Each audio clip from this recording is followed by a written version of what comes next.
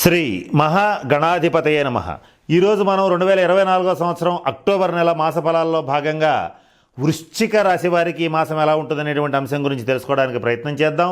వృశ్చిక రాశి అంటే విశాఖ నక్షత్రం 4వ పాదం, అనురాధ నక్షత్రం 1, 2, 3, 4 పాదాలు, జ్యేష్ఠ నక్షత్రం 1, 2, 3, 4 నక్షత్ర పాదాల్లో జన్మించిన వాళ్ళందరినీ కూడా మనం వృశ్చిక రాశి జాతకుల కింద పరిగణిస్తాం. ఈ మాసం గ్రహగతులను కనుక పరిశీలించినట్లయితే వృషభంలో గురుడు, మిథునంలో కుజుడు, కన్యలో రవి బుధ కేతువులు, తులలో శుక్రుడు, కుంభంలో శని, మీనంలో రాహువు సంచరిస్తున్నారు. వీటితో పాటుగా రవి కుజ బుధ శుక్రుల యొక్క స్థాన మార్పు అనేటువంటిది కూడా జరుగుతోంది. ఈ మాసం దాదాపుగా ద్వితీయార్థంలో రవి కుజులు నీచ స్థితి పొందటం అనేటువంటిది కూడా ప్రధానమైనటువంటి ఫలితాలను నిర్దేశిస్తోంది. ఈ గ్రహగతులను కనుక మనం పరిశీలించి చూసినట్లయితే వృశ్చిక రాశి వారికి శుభాశుభ మిశ్రమంగా ఉంది. కొన్ని రంగాల వాళ్ళకి అద్భుతంగా ఉంటుంది, ఎదురు లేదు, తిరుగు లేకుండా వెళ్ళిపోతుంటారు. కొన్ని విషయాల్లో కొన్ని రంగాల వాళ్ళకి మాత్రం అనూహ్యమైనటువంటి ఇబ్బందులు, ఆటంకాలు వచ్చే పరిస్థితి ఉంది. అయితే అందరికీ అలా ఉండదు. ఎవరు ఏ రకమైన ఇబ్బంది వస్తే ఏ రకమైనటువంటి పరిహారాలు చేసుకోవాలి, ఏ గ్రహానికి పరిహారాలు చేసుకోవాలి అనేటువంటి అనేక అంశాలని ఈ వీడియో చివరిలో మీకు నేను తెలియజేయడానికి ప్రయత్నం చేస్తాను. మరి ముఖ్యంగా వృశ్చిక రాశి వారు ఈ మాసం తప్పనిసరిగా రవి కుజులకు సంబంధించినటువంటి శాంతి పరిహార క్రియలను జరిపించుకునేటట్లయితే అద్భుతమైనటువంటి శుభ ఫలితాలు పొందగలుగుతారు. ఊహించని విజయాలను నమోదు చేసుకోగలుగుతారు. ఇకపోతే ఈ మాసంలో వృశ్చిక రాశి వారికి తప్పనిసరిగా కార్యసాధన సామర్థ్యం విపరీతంగా పెరుగుతుంది. ఏ పని అయినా సరే మొదలుపెట్టిన దగ్గర నుంచి పూర్తయ్యే వరకు పట్టుదలతో, అకుంఠిత దీక్షతో దాన్ని పూర్తి చేసే వరకు వదిలిపెట్టకుండా ఆ పనిని వెంబడబడతారు. సక్సెస్ఫుల్గా, విజయవంతంగా పూర్తి చేయడం అనేటువంటిది కూడా జరుగుతుంది. ఏదైనా ఒక పని చేయాలనుకున్నప్పుడు అందరినీ సలహాలు అడుగుతారు, అందరినీ సూచనలు అడుగుతారు, అందరి అభిప్రాయాలు తెలుసుకుంటారు.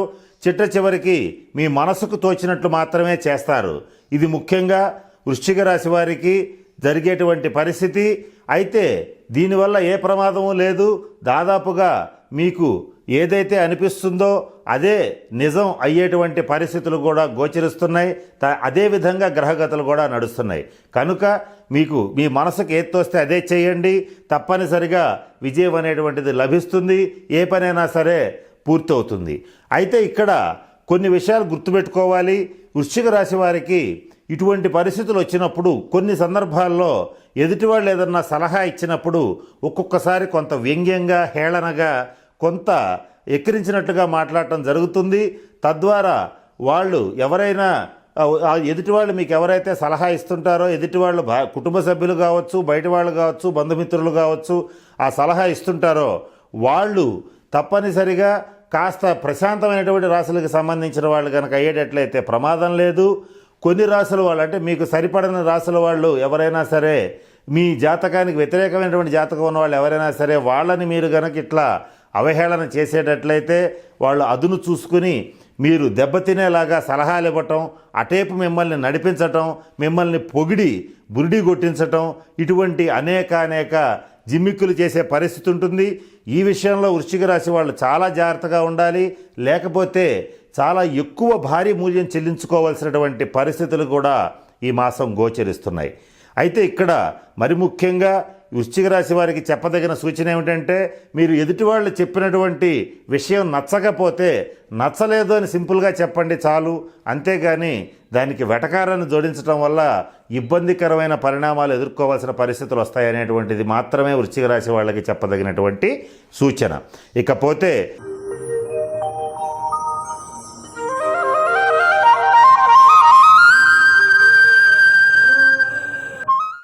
ఈ మాసం వృశ్చిక రాశి వారికి మరి ముఖ్యంగా రైతులకి అత్యంత అనుకూలంగా ఉంది. ఎరుపు పంటలు వేయండి, తద్వారా మంచి లాభాన్ని పొందగలుగుతారు. అలాగే భూములు అమ్ముకోవాలనుకున్నటువంటి రైతులు ఎవరైతే ఉంటారో వాళ్ళు అమ్ముకోకుండా ఉండటం మంచిది. భవిష్యత్తులో వ్యవసాయానికి కానీ భూములకు కానీ తప్పనిసరిగా విలువ పెరిగి తీరుతుంది. ఈ మాటలో నేను చెప్పినటువంటి విషయంలో ఏమాత్రం సందేహపడాల్సిన అవసరమే లేదు. ఇకపోతే ఈ వృశ్చిక రాశి వారు విద్యార్థుల విషయానికి వచ్చేటట్లయితే విద్యాయోగం బాగుంది. అలాగే ఉద్యోగస్తుల విషయానికి వచ్చేటట్లయితే మీరు కోరుకున్న ప్రదేశానికి కోరుకున్నట్టుగా ట్రాన్స్ఫర్ అవ్వగలుగుతారు. అవివాహితులకి వివాహ యోగ్యమైనటువంటి కాలంగా చెప్పవచ్చు.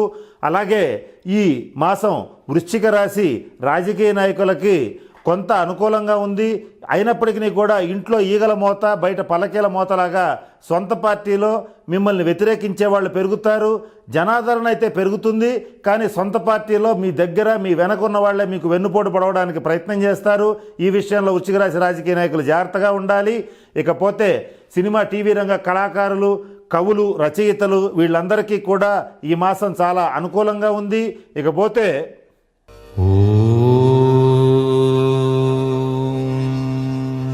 రవిగ్రహ అనుగ్రహం కోసం చేయవలసినటువంటి పరిహారాలు ఇప్పుడు తెలుసుకోవడానికి ప్రయత్నం చేద్దాం.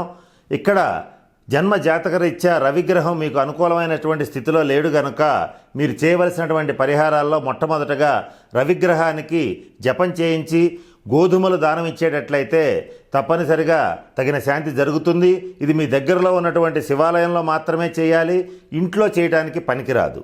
అయితే మీరు మీ ఇంట్లో మీకు స్వంతగా చేసుకోదగినటువంటి పరిహారాల గురించి కూడా ఇప్పుడు మీకు నేను తెలియచేయడానికి ప్రయత్నం చేస్తాను. ప్రతి ఆదివారం నాడు గోసేవ చేయండి, గోవులకు తగినటువంటి ఆహారాన్ని అందించండి.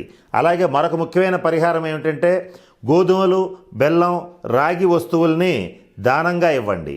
ఈ దానం ఇచ్చేటువంటి పరిస్థితుల్లో ఒక బ్రాహ్మణులకే ఇవ్వాల్సిన అవసరం లేదు. ఎవరికి అవసరత ఉంటే వాళ్ళకి ఇచ్చినా కూడా మంచి ఫలితాలు అనేటువంటివి తప్పనిసరిగా వస్తాయి. అలాగే మరొక ముఖ్యమైనటువంటి పరిహారం ఏమిటంటే రాగి నాణ్యాన్ని పారేటువంటి నదిలో వేసేటట్లయితే సూర్యగ్రహ శాంతి జరుగుతుంది. సూర్యుడిచ్చేటువంటి వ్యతిరేక ఫలితాలు తగ్గుతాయి, అనుకూల ఫలితాలు పెరగడం జరుగుతుంది.